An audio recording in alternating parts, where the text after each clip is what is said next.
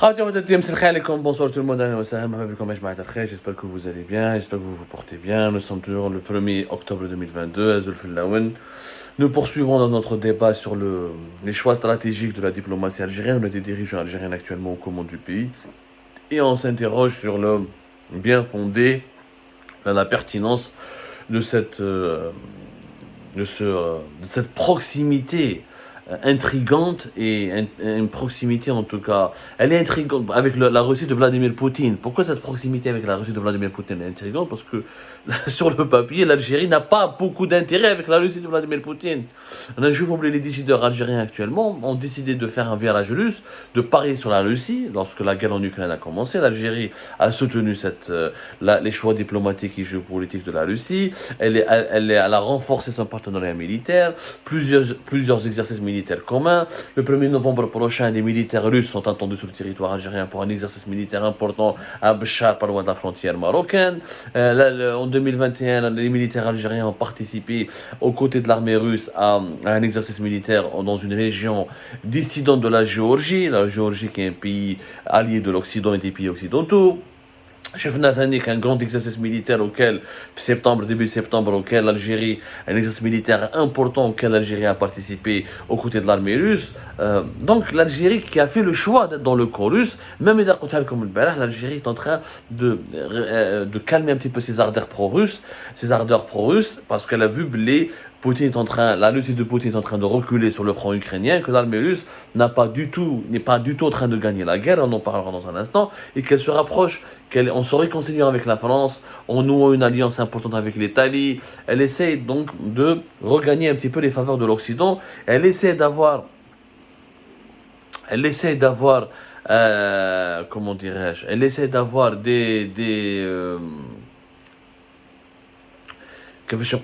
elle essaie d'avoir une position plus ou moins équilibriste. Elle essaie d'être neutre maintenant. Alors qu'au début, elle était hyper pro-russe. Maintenant, elle essaye de revenir vers une certaine neutralité, mais ça semble trop tard. Ça semble trop tard parce que dans l'imaginaire des pays occidentaux, sur l'échiquier politique et géopolitique mondial, l'Algérie, là, ça s'est rapproché trop de la Russie de Vladimir Poutine. Elle a parié sur la Russie de Vladimir Poutine. Elle a parié sur une victoire éclatante de la Russie de Vladimir Poutine dans le conflit ukrainien, ce qui aurait pu lui permettre, selon les dirigeants algériens, d'avoir un bouclier de protection contre les autres puissances émergentes, les puissances mondiales, qui soutient davantage le Maroc contre les intérêts de la région, contre les intérêts de l'Algérie dans la région. C'est le pari russe, comme dans une précédente émission, elle a le commerce, comment l'Algérie a acheté du charbon, comment l'Algérie a financé l'importation de charbon russe, et comment elle a nargué les sanctions économiques occidentales, et comment on est en train de narguer l'Occident en essayant d'approfondir ses relations économiques avec la Russie. On a essayé de s'interroger, est-ce que c'était un bon choix? Et moi, ma réponse, ce n'est pas un bon choix.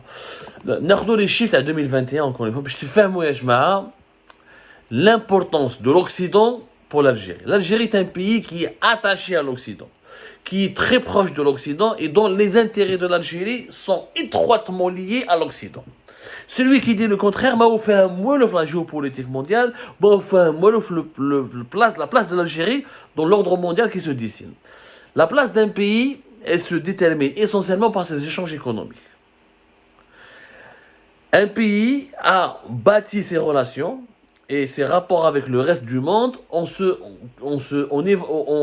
référant à son commerce, à ses exportations, à ses importations et aux flux économiques et financiers. C'est ça la base des relations internationales. تخرج انا صاحبك وانت ما عندك aucun intérêt économique et financier معايا. منين جات l'amitié هذه؟ منين جات الصحابه هذه؟ منين جات؟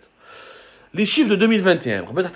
La première émission que nous avons diffusée tout à l'heure, on a parlé des chiffres de 2020. Nous les chiffres de 2021. Les échanges économiques et commerciaux entre l'Algérie et les États de l'Union européenne ont dépassé les 31 milliards d'euros en 2021. Les exportations de l'Algérie vers les pays membres de l'Union européenne ont été de plus de 18,7 milliards d'euros. Et les importations de l'Algérie vers les pays de l'Union européenne ont dépassé les 12,6 milliards d'euros. Je te fais un moment. la valeur totale des échanges entre l'Union européenne et l'Algérie a augmenté de plus de 26%. Les exportations de l'Algérie vers l'Union européenne ont augmenté en 2021 de 65%. Et les échanges économiques et commerciaux entre l'Algérie et l'Union européenne ont augmenté de 6,5 milliards d'euros. Donc, nous sommes, c'est énormément d'enjeux entre les deux pays. C'est énormément d'enjeux. C'est les premiers clients de l'Algérie, comme la France, l'Espagne, l'Allemagne. Nous avons des intérêts économiques importants. Les exportations d'Algérie vers la France, c'est 3,7 milliards d'euros. Les importations d'Algérie depuis la France, c'est 4,2 milliards d'euros. Les exportations de l'Algérie vers l'Espagne, c'est 1,8 milliard d'euros. Les importations de l'Algérie depuis l'Espagne, c'est 4,6 milliards d'euros. Plutôt, c'est le contraire. Nous importons 1,8 milliard d'euros et nous exportons vers les pays de l'Union européenne, vers l'Espagne, 4,7 milliards d'euros. C'est 10 milliards. Par contre, les échanges économiques avec la Russie, elles ne dépassent même pas 3 milliards de dollars. Comment je peux être ami avec un pays où j'ai que 3 milliards de dollars d'intérêt avec lui, alors que l'Union européenne, l'Occident, j'ai plus de 30 milliards d'euros, 30 milliards de dollars d'intérêt avec. C'est-à-dire que la valeur, le volume de mes échanges économiques et commerciaux avec les pays de l'Union européenne sont 10 fois supérieurs à la valeur des échanges économiques et commerciaux que j'ai avec la Russie, que l'Algérie a avec la Russie. Depuis 2020, l'Union européenne représente l'Union européenne, qui est la composante essentielle de l'Occident. C'est quoi l'Occident? C'est les pays de l'Union européenne, plus le Canada et les États-Unis d'Amérique. Plus l'Australie, la Nouvelle-Zélande et les pays occidentalisés de l'Océanie ou de l'Asie. Mais le cœur de l'Occident, c'est quoi? L'Union européenne, les États-Unis et le Canada. Pratiquement 48,2% de nos importations viennent de l'Union européenne. 56,3% de nos exportations sont destinées aux pays de l'Union européenne, et ça depuis 2020, même pendant l'année de la Covid-19. Donc, la Russie, elle pèse quoi la Russie? La Russie ne pèse que 3 milliards, c'est pas moi qui le dis. Ce n'est pas moi qui le dis. Il y a eu une commission qui a été... Attendez, je vais vous donner la commission mixte algéro-russe qui s'est tenue à Alger récemment. Un haut responsable russe, pendant cette commission, reconnaît lui-même, il donne le chiffre de 3 milliards de dollars. Donc, ما عندناش des intérêts كبار avec la Russie. هذه الأولى. Qui ناخذوا les chiffres, qui ناخذوا le business, qui ناخذوا les flux financiers, la Russie n'a pas beaucoup d'intérêt avec l'Algérie. La Russie est beaucoup plus gagnante avec nous que le contraire, puisque nous achetons énormément d'armes à la Russie et nous lui exportons pas beaucoup de choses. Qu'est-ce qu'on exporte à la Russie? حاجة قليلة. ما عليناش ناخذوا les chiffres. ناخذوا les chiffres, on en a déjà parlé avec la... On a déjà donné les... Nardo, voilà. Nardo, l'année 2019. L'année 2019, avant le Covid-19. Alors, en 2018-2019, le volume des échanges, par exemple en 2015, le volume des échanges commerciaux entre l'Algérie et la Russie, il était uniquement de 1,9 milliard de dollars. Ce n'est même pas 2 milliards de dollars. 3 milliards de dollars à partir de 2019-2020. Les échanges économiques. La Russie a exporté vers l'Algérie pour 2,3 milliards de dollars. Principalement des moyens de transport, des produits métallurgiques et des minéraux.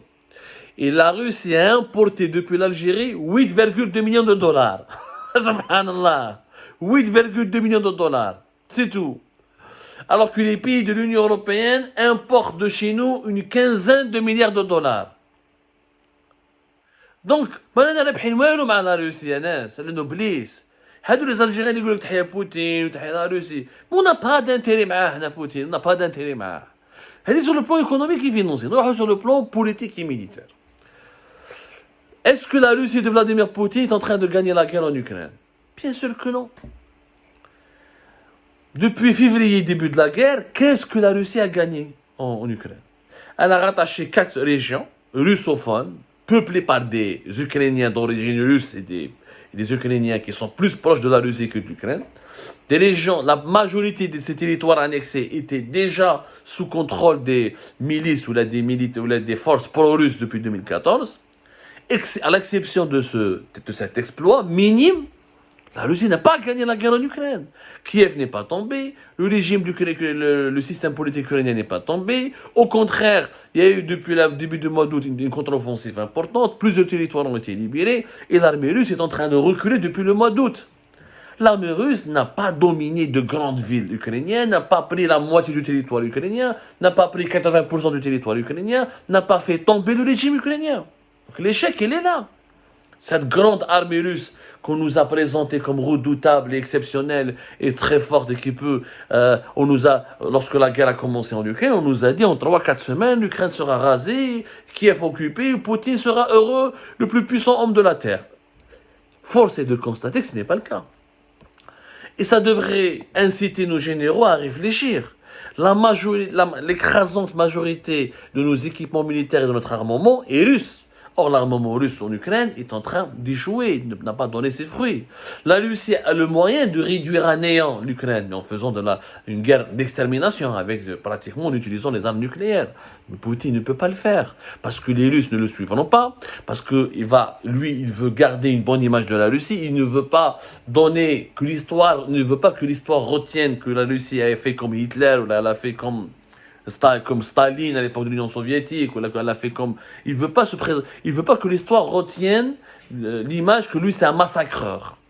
Il veut toujours jouer le bon rôle, celui qui protège une partie du peuple ukrainien contre un régime qui qualifie lui-même de néo-nazi et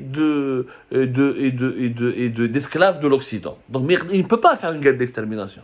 Et puis une guerre d'extermination en Ukraine pourrait avoir des conséquences graves sur lui, sur l'ordre public interne. Il faudra mobiliser des millions de soldats russes. L'opinion publique russe ne va pas le suivre. Il est déjà affaibli par le poids des sanctions économiques occidentales.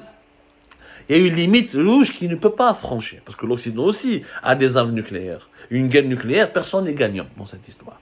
Donc, une guerre conventionnelle, directe, la Russie est en train de la perdre. Parce que l'Ukraine, elle est soutenue, déjà 15 milliards de dollars par les États-Unis d'Amérique, l'Allemagne, la France, tous les pays occidentaux soutiennent l'Ukraine, et on voit que l'armement occidental est en train de prendre le dessus sur l'armement russe. L'Ukraine peut-être ne va pas battre l'armée russe, mais elle lui a infligé déjà des défaites. Et l'armée russe n'a pas pu gagner en Ukraine. Donc, le régime dirigeant algérien, leur soutien total et franc et infaillible et le rapprochement stratégique avec Vladimir Poutine, en quoi nous sommes gagnants. L'Ukraine, c'est la guerre, où il est très puissant. Comme je peux dire qu'une alliance militaire avec Vladimir Poutine, ça va nous permettre de se renforcer, nous, dans la région du Maghreb et de l'Afrique du Nord. Ça nous permettra de bomber le torse contre les Marocains, contre les Turcs, contre Malabalish, les Émiratis, ceux qui essayent, les autres puissances émergentes, les Égyptiens, les puissances qui essayent d'imposer, d'avoir une main mise sur la région du Maghreb, ou de l'Afrique du Nord. Mais ce n'est pas le cas. Il est en train de perdre. Donc je soutiens quelqu'un avec lequel j'ai très peu d'échanges économiques et commerciaux, et avec qui est en train de perdre la guerre en Ukraine, et dont l'armée n'est pas en train de faire preuve de grande efficacité, et moi je suis en train de soutenir un perdant. C'est un pari perdant, la Russie, pour l'Algérie. C'est un pari perdant. Nos intérêts, notre force, notre argent, nos questions de défense nationale sont liées à l'Occident. Tous les enjeux de nos relations internationales sont liés à l'Occident. C'est avec l'Occident qu'on doit traiter. C'est avec l'Occident qu'on doit négocier. C'est face à l'Occident qu'on doit s'imposer. Ça ne veut pas dire qu'on doit baisser le pantalon et être un esclave ou là renoncer à notre souveraineté. Il faut être pragmatique et très intelligent dans nos choix. On peut défendre nos intérêts sans rallier le camp des perdants. En étant du côté des perdants, voilà, l'histoire sera contre nous. On perdra tout. Les pays qui ont soutenu les puissances de l'Axe, l'Allemagne nazie et l'Italie fasciste, ils ont tout perdu. Les pays qui ont soutenu les Alliés qui ont gagné la Deuxième Guerre mondiale ont tout gagné. Non. Faisons attention au camp que nous sommes en train de choisir. Faisons une balance, pesons le pour et le contre.